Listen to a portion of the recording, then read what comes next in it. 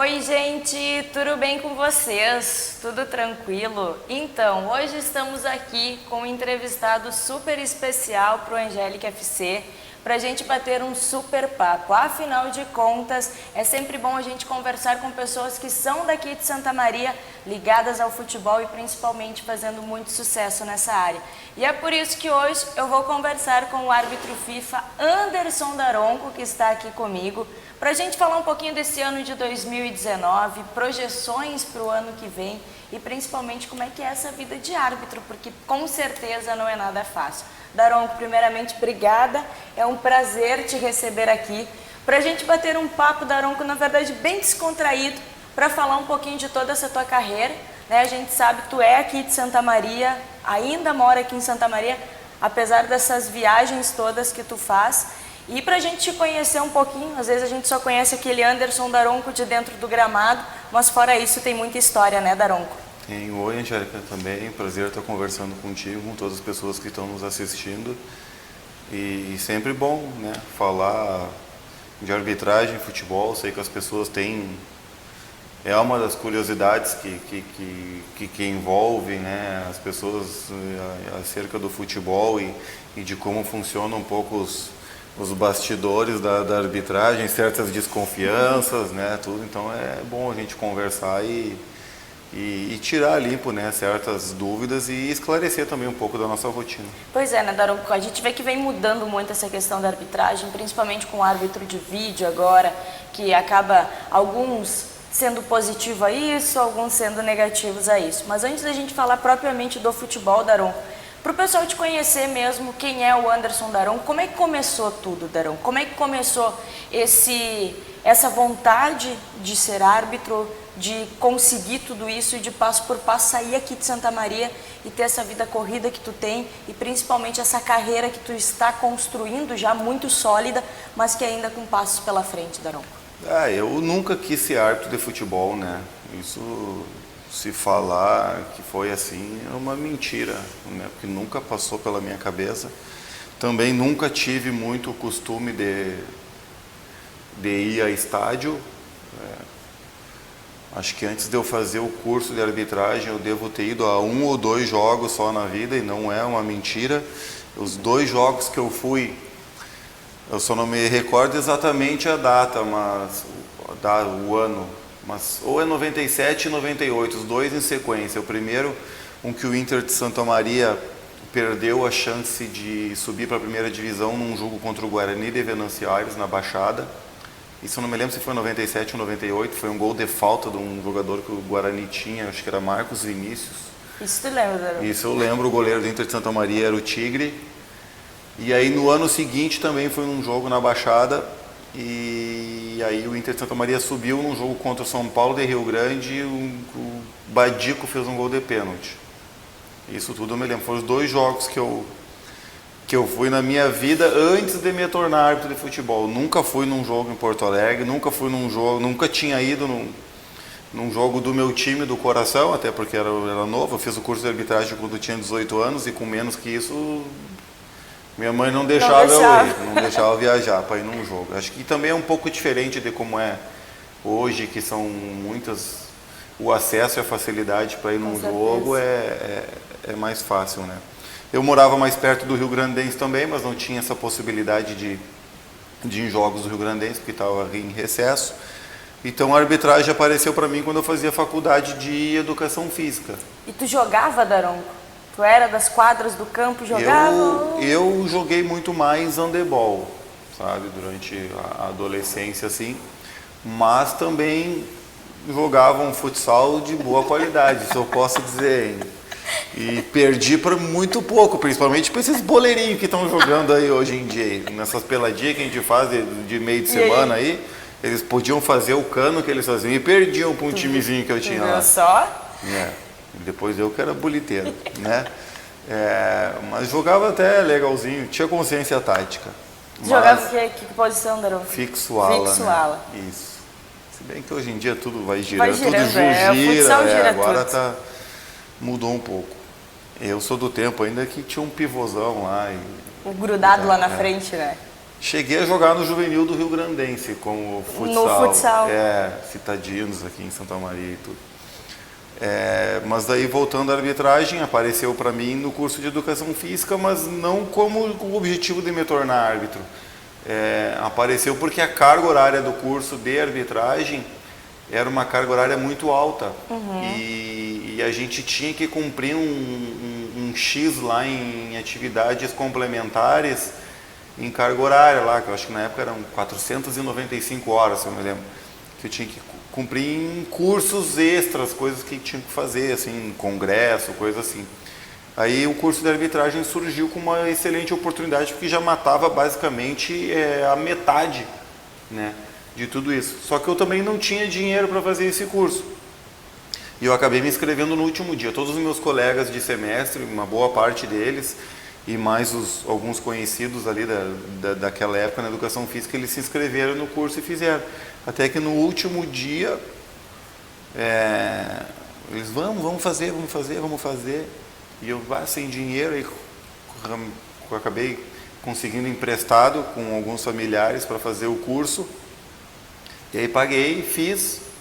E aí depois que tu faz o curso, tu te torna apto a trabalhar em jogos, porque nada mais isso.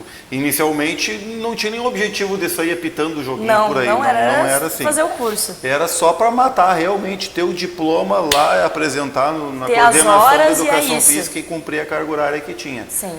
Mas, entrando já nesse ponto, não tinha dinheiro para nada, não tinha dinheiro para ir na boate do DCE, não tinha dinheiro para comer no RU, às vezes comia uma bolachinha recheada de almoço na educação física.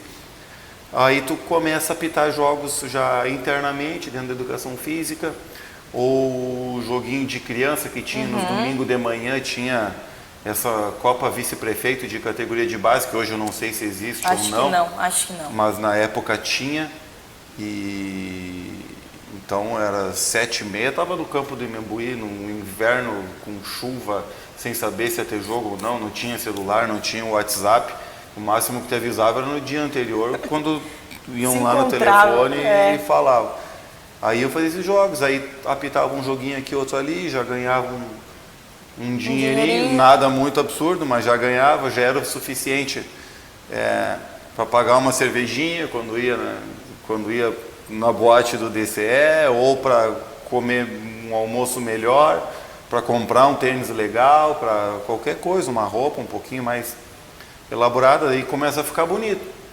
E ao mesmo tempo tu já começa a visualizar e a viver esse ambiente da Federação Gaúcha de Futebol, porque trabalhava aqui na Delegacia de Arço de Santa Maria, ainda muito distante de Porto Alegre, da realidade dos jogos que eu tenho hoje, mas já tinha possibilidade de trabalhar em jogos de juvenis, de juniores.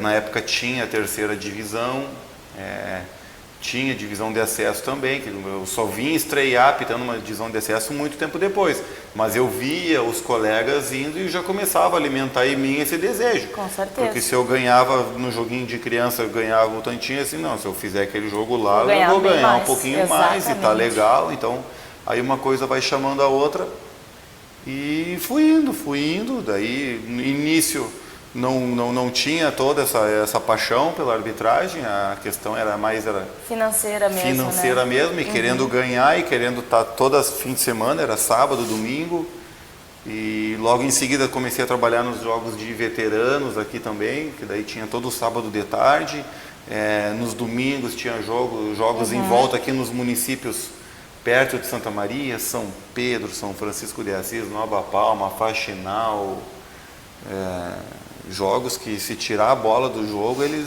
nem percebem, eles continuam jogando. Que só queriam sedar, né? Só pontapé. Mas eu tenho saudade dessa época ainda, e deu para fazer, embora tenha acontecido alguma confusão, deu para fazer alguns amigos também.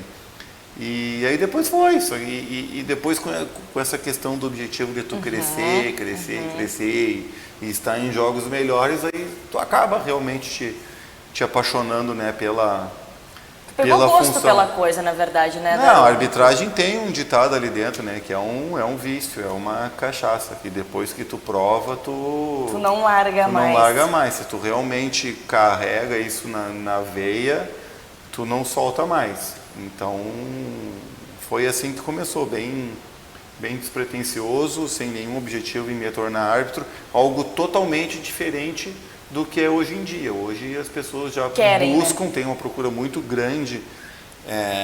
Não sei qual é o glamour que tem esse árbitro de futebol, aparentemente deve ter algum.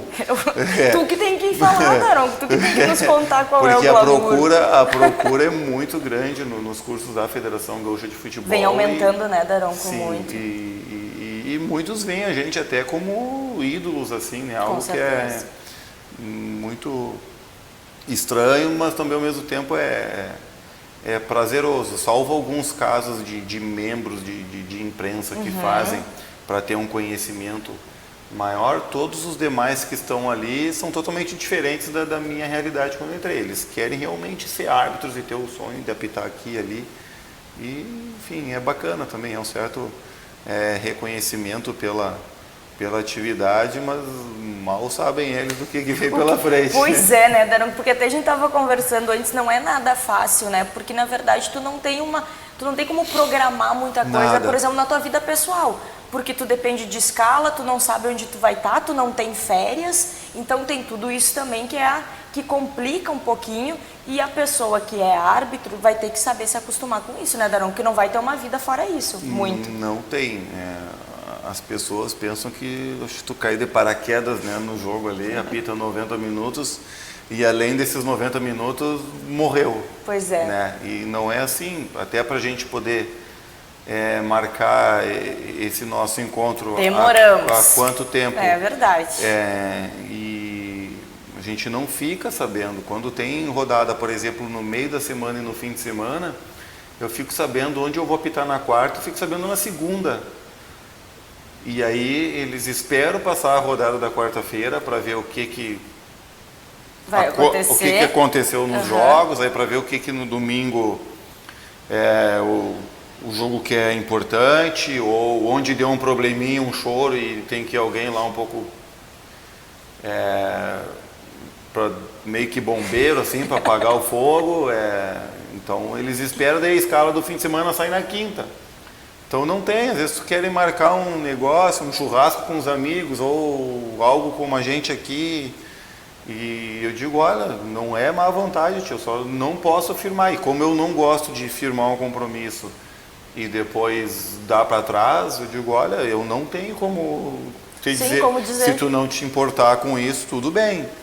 Eu só acho chato marcar um dia contigo e 2 dias antes eu não vou poder ir. Eu acho que eu estou tentando falar com o Daronco que é uns 3 meses, 2, 3 meses mais ou menos, para a gente poder organizar. Daronco, tal dia, não sei, vou saber só depois. Exatamente. E é assim, né, Daronco? Então a pessoa que realmente diz, agora tem, todo mundo busca ser árbitro diferente da tua história, mas tem que saber que tem esse porém também, né, Daronco? Que a vida pessoal, social, ela acaba sendo um pouco restrita. E claro que isso não funciona muito assim com todos os árbitros. Sim. Né? Eu basicamente, depois que atingi um certo nível, eu faço somente arbitragem, vivo somente da arbitragem. Mas isso não são todos que conseguem fazer isso, né? Basicamente, somente os árbitros FIFA têm hoje essa possibilidade de viver exclusivamente disso, mas ainda assim é um período muito curto da tua carreira, essa estada como árbitro FIFA, né, ter esse status e depende também, tem o árbitro FIFA e tem o árbitro FIFA também, depende de como tu está no meio do teu momento, então isso impacta na tua durabilidade, digamos assim, com este status, e isso me permite estar no maior número de jogos. Claro. Se não tivesse nessa condição, eu teria como uma flexibilidade maior de horários, de tudo, porque eu saberia que eu não teria essa requisição para tantos jogos, né? E a gente é tudo imprevisível mesmo. Para marcar um negócio para 3, 4 meses adiante, eu tenho que ir na tabela dos campeonatos e ver se vai ter jogo, se não tem. Enfim, é assim, às vezes parece até uma má vontade, sabe? O cara não quer ir, mascarado, não sei o quê. realmente não tem como, e eu já antecipo que é para evitar, né, de dizer. E aliado a tudo isso, aí a gente tem que ter uma programação daí de treinamento, de estudo, viagens. Não é só o jogo também, por exemplo, o jogo na quarta-feira eu perco toda a terça e toda a quinta-feira. Exatamente. Então, como eu disse, não é de paraquedas lá no meio do campo de jogo. Eu tenho que ir, me deslocar até lá, e isso a gente sempre faz no dia anterior. O fato de não morar em Porto Alegre, tem toda essa viagem daqui até lá, depois de lá para cá também. Então, cada jogo me consome 3 dias inteiros, então não tem como, sabe? Pois é, Daronco, nesse sentido mesmo, depois de tudo isso, que tu se tornou árbitro FIFA, que tu vem apitando cada vez mais jogos, tendo, né, uma visibilidade ainda maior, mesmo assim tu continua morando aqui em Santa Maria. Em algum momento, até para facilitar tudo isso, tu não pensou em ir para Porto Alegre, para ser mais fácil? Ou realmente a raiz aqui em Santa Maria é onde tu gosta de estar, é onde tu gosta de morar? Eu penso em me mudar quando ficam me corneteando quando eu vou apitar um Grenal, não é? Ficam dizendo, o Daronco torce para não sei quem, já vi tudo. Não é? E tem, né, Daronco? Tem, ainda bem que eu não fico muito louco com isso, senão eu saía dando soco por aí. Mas na verdade não é, porque a minha família é toda de Santa Maria, então o fato de eu ir morar em Porto Alegre ia facilitar somente para mim. Exatamente. Mas ia dificultar todo o resto, né? E existem muitos períodos de ausência, e a diferença é que agora com a minha família, e essa ausência ela ia continuar, só ia mudar essas 4 horinhas de viagem que para mim seria confortável, mas para eles ia ficar pior, porque acabariam tendo que iam abdicar do convívio familiar, claro, com irmão, com tio, enfim, com todo mundo que vive aqui, né, em Santa Maria. Então é algo que eu tenho que acabar fazendo esse sacrifício. Já estou acostumado, já conheço cada curva da estrada. Você vai sozinho, né? O carro vai sozinho já, já, né? Vai sozinho, quase. Isso quando ele não sai do mato, pro mato, já né? Vai que já sabe todo o caminho. Mas já sei tudo, e gosto também de dirigir. Claro que sempre quando tu tá indo para um jogo é uma alegria também, porque então tem aquela questão da satisfação, porque está escalado, e isso é algo motivador. O que impacta um pouco mais, é mais pesado assim, é a volta, e tu tem o cansaço do jogo.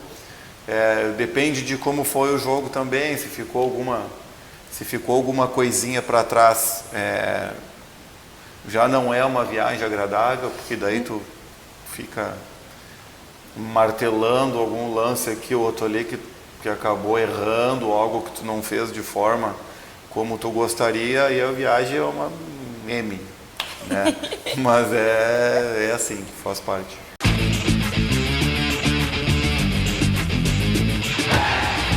Gente, esse calor do verão não dá para perder, e claro que a gente quer passar o verão no maior estilo. Então, passe na Ótica Norberto, porque está cheio de opções de óculos de sol para você aproveitar esse verão estilosíssimo. E além disso, olha, preste atenção, 50% no Black Week da Ótica Norberto. Não dá para perder. Passe lá, você vai se surpreender com quanta novidade, tem muita coisa bacana, óculos de sol, óculos de grau, presentes, enfim, armações, uma mais linda que a outra. Então, passe lá, Ótica Norberto, no Calçadão, na Galeria Chami, aqui em Santa Maria, porque você vai se surpreender e aproveitar, claro, também presentes de Natal, Ano Novo, todas as opções e as melhores só na Ótica Norberto.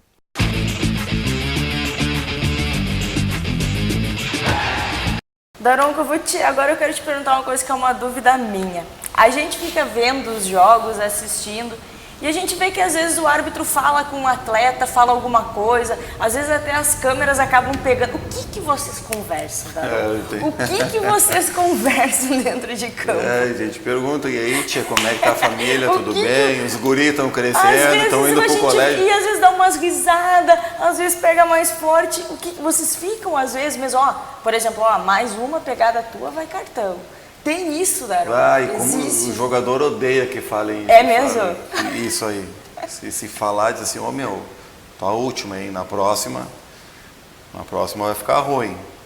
Aí eles acham que se tu fala assim, que tu tá prometendo eles, tipo... que tu já tá marcando. Que tu tá, porra, tá me ameaçando.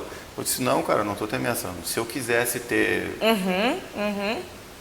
uma palavra com F, se eu quisesse fazer isso, eu não te avisava. Claro. Então eu tô te alertando pra tu te acalmar e não fazer.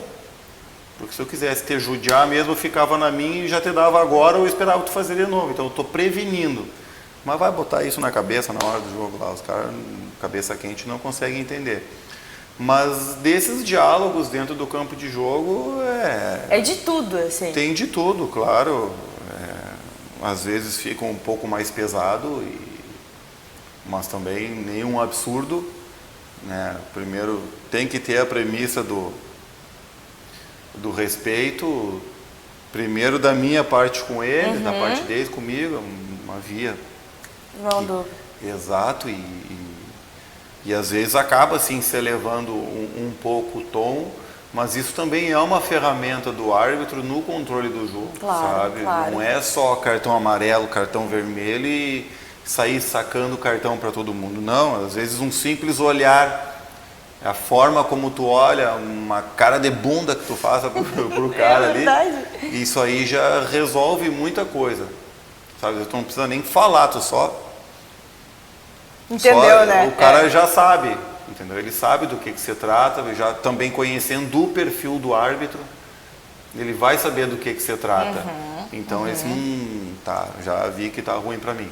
Então aí ele se acalma. E tem vezes que o pega é forte, tem vezes que tu tá explicando uma decisão, sabe? E o jogador, às vezes quando ele vem conversar com o árbitro também no campo ali, ele não está querendo que tu mude a tua decisão. Sabe? Porque tu não vai mudar, né? Tu não vai. Olha, mudar. de todos os jogos que eu já vi na vida, acho que não vai dar uma mão cheia, às vezes, em que o árbitro mudou uma decisão porque chegou alguém no ouvido dele. Mas então, o que adianta? O que adianta? Eles estão preparando a decisão futura. Isso que é. Como assim? Isso é uma tentativa de condicionamento, isso é uma tentativa de desestabilizar o árbitro. Tipo, tu marcou uma falta aqui, uma decisão grande aqui, contra eles, então tá o nível do choro, de toda aquela lamúria que tem ali, vem rezar um Pai Nosso pra ti. Aí eles querem, na verdade, te sensibilizar, fazer tu balançar, para a próxima decisão. Para a próxima tomada de decisão. Eles querem fazer com que tu pense assim, mas será mesmo que eu tô certo? Aí eles estão preparando a próxima decisão, certo? Para que tu esteja desestabilizado mentalmente e a próxima decisão seja favorável a eles. Só que eles se esquecem que é uma pessoa que fica abalada mentalmente. Essa decisão pode ir para qualquer um dos lados depois. Bom ou ruim, né? Então, não adianta muito esse choro. Isso aí só fica feio. Mas é mais ou menos isso, sabe? Então, marca uma falta. Não encostei, não peguei na bola. Coisas assim. E às vezes tem um embate também um pouquinho mais forte. E tu tem uma característica, né, Daron, que a gente vendo tu dentro de campo, tu consegue manter a calma na grande maioria, porque tu tem esse jeito mais calmo. Tu é também conhecido, né, tua característica física também dentro de campo, mas tu consegue dar uma gritaria, um vucu-vucu ali do teu lado, e tu ali anotando, fazendo. É uma característica e isso dá também o respeito dos jogadores contigo, né, Daronco? Sim. Uma coisa acaba levando a outra e é difícil estabelecer uma relação de causa e consequência.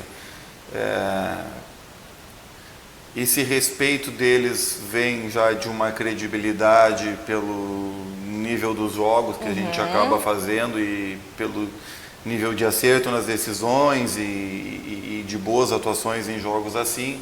Então isso tende a acalmar um jogo e também um pouco da característica ali de não conversar muito. Claro que às vezes tu tem que conversar, não pode ser aquele cara arrogante, enfim, que não fala nada, ou simplesmente um autoritário de aplique e deu. Tem que ter uma relação, mas com equilíbrio também, porque se deixar falar muito é o que eles querem. E eu digo, então tá, mas se tu quer falar comigo, eu vou conversar contigo o jogo inteiro. Porque eu sou bom de papo, eu vou conversar, porque a gente vai ficar até amanhã.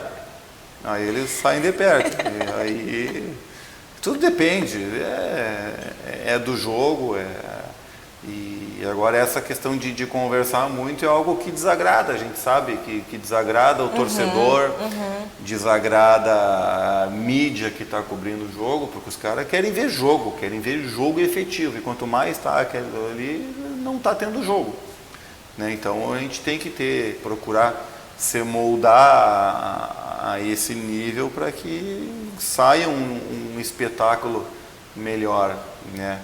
E felizmente eu tive uma característica nesse sentido, de não debater muito, digo, não, sai fora. Nem adianta, nem vem. E aí o porte físico também ajuda bastante nesse ponto. Os jogadores são tudo assim. Imagina. Aí faz uma cara feia assim, abre os braços já assusta a galera. Já cai fora.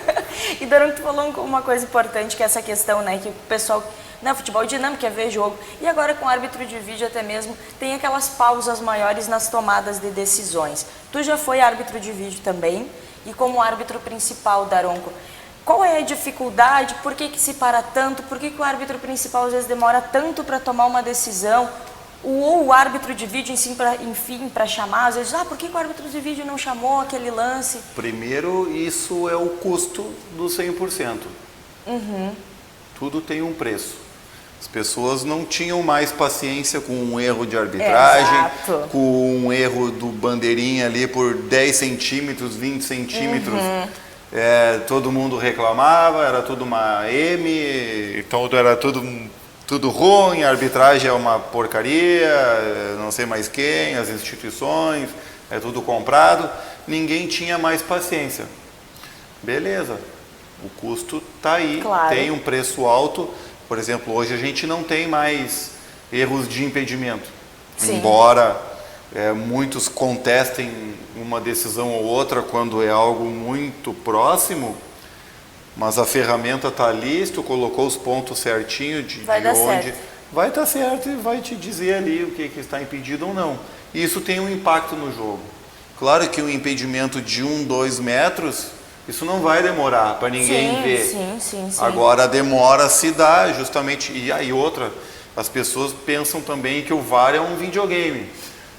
Parece que é um videogame, porque deu o lance na televisão e eles querem a tomada de decisão 5 segundos depois. Aí que tá, exatamente. E não é assim, por exemplo, o VAR está sentado aqui, eu tenho um operador de televisão aqui do lado, aconteceu o lance. Primeiro tem que selecionar as imagens, aí o cara cortar bem no tempo, está selecionando, buscando o ponto certo da imagem. Muitas vezes não conseguem pegar na mesma tomada o momento que o jogador bate na bola com a linha do impedimento, aí tem que dividir a tela em duas, que no momento que ele está tocando na bola, com ali a questão da linha do penúltimo defensor, o atacante. Isso demanda tempo, claro, não é algo que pronto, tipo, aconteceu, aperta no botão e tá aí a imagem. Não é, isso é tempo. E também é um tempo para arbitragem se adaptar a tudo isso, para esse operador de vídeo aqui se adaptar também, porque o operador que está aqui, ele não é um árbitro. É só o que divide a imagem ali, é só um editor de imagem. Então, claro que com o tempo ele vai aprender as nossas necessidades. Mas os termos técnicos dele são diferentes da nossa realidade dele, do ofício dele é outra. Sim. E ele tem que estar um pouco inserido no nosso conhecimento, então ele tem que saber o impedimento, ele tem que saber que vale no momento em que o jogador toca primeiro impacto na bola, o que a gente necessita, e isso é frame a frame também a imagem, isso impacta, não pode parar antes de encostar na bola e nem depois que ele já moveu. Um framezinho antes ou um frame depois na imagem, já muda lá na frente a posição dos jogadores aqui. Isso é tempo. É verdade. Isso é tempo. E isso é o custo do 100%. As pessoas não queriam isso, está aí de presente. Está aí de presente. Vai ter gente comemorando o gol e 2 minutos depois anulando, e vai ter gente que não comemora um gol e 2 minutos depois vão comemorar meio com uma cara amarela, mas é assim. E além do mais tem outros lances também, os lances de interpretação dentro da área, que tem que buscar, ver, tocou no braço, como é que tocou, estava aberto, realmente tocou, enfim, lances muito interpretativos, e continua um ser humano, não é uma máquina que está ali, é um ser humano que está atrás de um vídeo, sujeito a emoções também, vendo, sabendo, interpretando, pensando no impacto das decisões, enfim, não é tão preto no branco assim, sabe? Então, é uma adaptação para todo mundo e principalmente para os torcedores, é uma nova realidade. E eu digo sempre, não tinham paciência antes, com um errinho aqui ou outro ali, vão ter que ter um pouquinho de paciência maior agora. Verdade. Daronco, a gente já tem que encerrar, mas eu quero fazer a última pergunta para ti, que é o seguinte. Tu começou aqui em Santa Maria, apitando várzea, veterano, tu até falou, né, que às vezes tira a bola e os caras nem vê. E tu chegou num patamar de Sul-Americana, de Libertadores, quem sabe uma Copa do Mundo pela frente. Então foi de lá de baixo até lá em cima. E com certeza tem muitas coisas, muitas histórias. Mas eu tenho certeza, Daronco, que tem alguma coisa que te marcou dentro da arbitragem. Um jogo, um momento. E eu queria que tu falasse para dois, enfim, algum momento que te marcou nesses anos todos de arbitragem, começando aqui na várzea e tendo como árbitro FIFA hoje em dia. Com sinceridade, eu nunca fiz muita... Não é questão, mas eu de marcar algo assim, porque sempre me perguntaram também qual o jogo mais importante, aqui ou ali. E, no fim, são tantos jogos que se falar um ou outro, eu vou me esquecer de alguma coisa. E depois você vai lembrar, né? Tinha aquele outro. Exato, mas assim, dos tempos do amador aqui mesmo, em Santa Maria... É uma cumplicidade diferente, isso sempre acontece, de vez em quando eu estou descendo ali a Elvio Basso, e se eu estou num sábado de tarde livre e passo por ali, eu estou vendo que tem jogo no Imambuí, sei que vai ter jogo logo adiante ali no Gauchão também, e aí dá uma saudade, assim, sabe, e é uma cumplicidade diferente com os teus colegas de arbitragem também, porque... Não era algo que tinha uma pressão muito grande. Hoje, às vezes, tu vai para um jogo no Maracanã, no Morumbi, enfim, em qualquer lugar, e tem um peso, sabe? Tem, e às vezes tu não consegue vivenciar tudo aquilo da forma como tu gostaria. E esses jogos eram legais, a gente também ia sem saber o que ia acontecer, só sabia que ia ter choradeira. Mas era legal, terminava o jogo, ficava por ali, comia um pastel, tomava uma Coca-Cola. Pão com linguiça ali, né? E acabava confraternizando. Claro que teve muitas vezes que... Deu também pauleira. Que acabei me escapando de uma situação a outra. Isso tem várias histórias, sabe? Tem histórias muito boas lá em Nova Palma para contar, em Faxinal de Soturno. Esse povo da colônia. Eu posso contar uma história, mas vai demorar muito tempo. Aí já vai. Vamos para outro programa, eu então. Eu tenho uma boa. E em relação a jogos assim que são marcantes, é difícil dizer. Mas claro, eu lembro do sentimento que eu tinha antes de apitar o primeiro Grenal, sempre foi um primeiro sonho. Então, tu fazer o teu primeiro Grenal é algo extremamente importante. Aí depois tu apitar um jogo de eliminatórias de Copa do Mundo. Da Argentina, na última rodada, sabendo que o mundo inteiro está assistindo para ver se o Messi vai ou não jogar a Copa do Mundo. E tu sabendo qual é a torcida do mundo inteiro. Exatamente. Tu sabe que o mundo inteiro quer que o Messi esteja na Copa. Exato. E em contrapartida, o país que tu vive não quer. Não quer, exato. Então tem tudo isso daí, tu sabe que qualquer coisa que aconteça no jogo, e ou eles vão por uma decisão tua, ou não vão por uma decisão tua, isso termina a carreira, né? Termina o último jogo. Então é algo que realmente é muito pesado. E depois de também ter feito todos os clássicos, eu apitei todos os clássicos do futebol brasileiro. Todos possíveis. Não falta mais Olha nenhum, só. assim, sabe? E é diferente clássico, né, Darão? E cada um no seu nível, aí tu acaba já ficando mais calejado em certas situações e aí não te marca tanto mais. Então dá para ir apitar agora um Corinthians e Palmeiras e já é uma sensação diferente lá de trás. Então isso acaba já não te marcando tanto. Te marca no sentido da satisfação, de tudo, de tu ter história para contar, de eu poder chegar na tua frente aqui, encher a boca e dizer, ó, já apitei todos os clássicos que são possíveis. Mas por isso, mas na real lá para trás muita coisa, sabe? Foi marcante, mas como a gente vai acabando vivendo novas emoções, cada dia surge algo talvez diferente, a gente né, vai Darão? esquecendo, mas se for resgatar, eu me lembro do sentimento do primeiro jogo profissional que eu apitei, me lembro como foi, o nervosismo e a ansiedade que eu tinha. Eu lembro de tudo, a primeira vez que eu apitei um jogo aqui, efetivamente, no Amador, em Santa Maria, porque até então fazia somente bandeirinha. Então eu me lembro do sentimento de quando eu apitei o primeiro jogo pela primeira vez.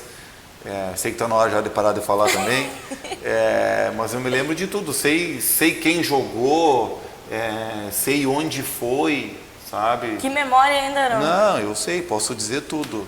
O primeiro jogo amador que eu apitei aqui em Santa Maria foi Palmeiras contra Itaimbé, por uma Copa Arível Mar Barroso, Gente do céu. na Vila Figueira. Passou por muito. Meu primeiro jogo de futebol foi encantado como bandeirinha numa competição que se chamava Copa Sul 21. Meu Deus, Daronco, E o primeiro- escreve um livro. Eu deveria escrever, eu estava Escreve um escrevendo livro. já algum caos Escreve sobre um uma livro. história Então, muito olha boa. aí, escreve um livro com toda essa tua memória aí. De uma disputa de pênaltis que eu tive que fazer com as pessoas ligando os carros em volta do campo para iluminar. De tão escuro que estava. Pra te ver a situação.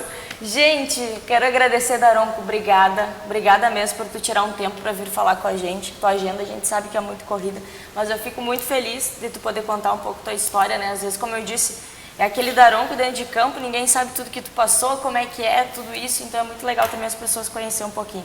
Obrigada, Daronco. Eu que agradeço a oportunidade e sempre me coloco à disposição, dentro da medida do possível, né, da gente conseguir marcar um tempo. Mas é muito bom falar sobre arbitragem, ver que o tempo passa e vão falando e no fim tem que atropelar certas coisas ou Verdade. cortar um assunto. Já tinha uma história muito boa para contar, mas fica para uma pra outra. próxima, nós vamos te trazer de Então novo aqui. é muito bom falar sobre isso e eu sei que realmente é um assunto que desperta interesse das pessoas, né? Então agradeço a oportunidade, aproveito para mandar um abraço para todo mundo aí e já desejar aí um Feliz Natal, se passar perto da data, um Feliz Ano Novo também e vamos parar de incomodar aí quando eu for apitar um Grenal também. É isso aí, gente, não me incomodem, por favor.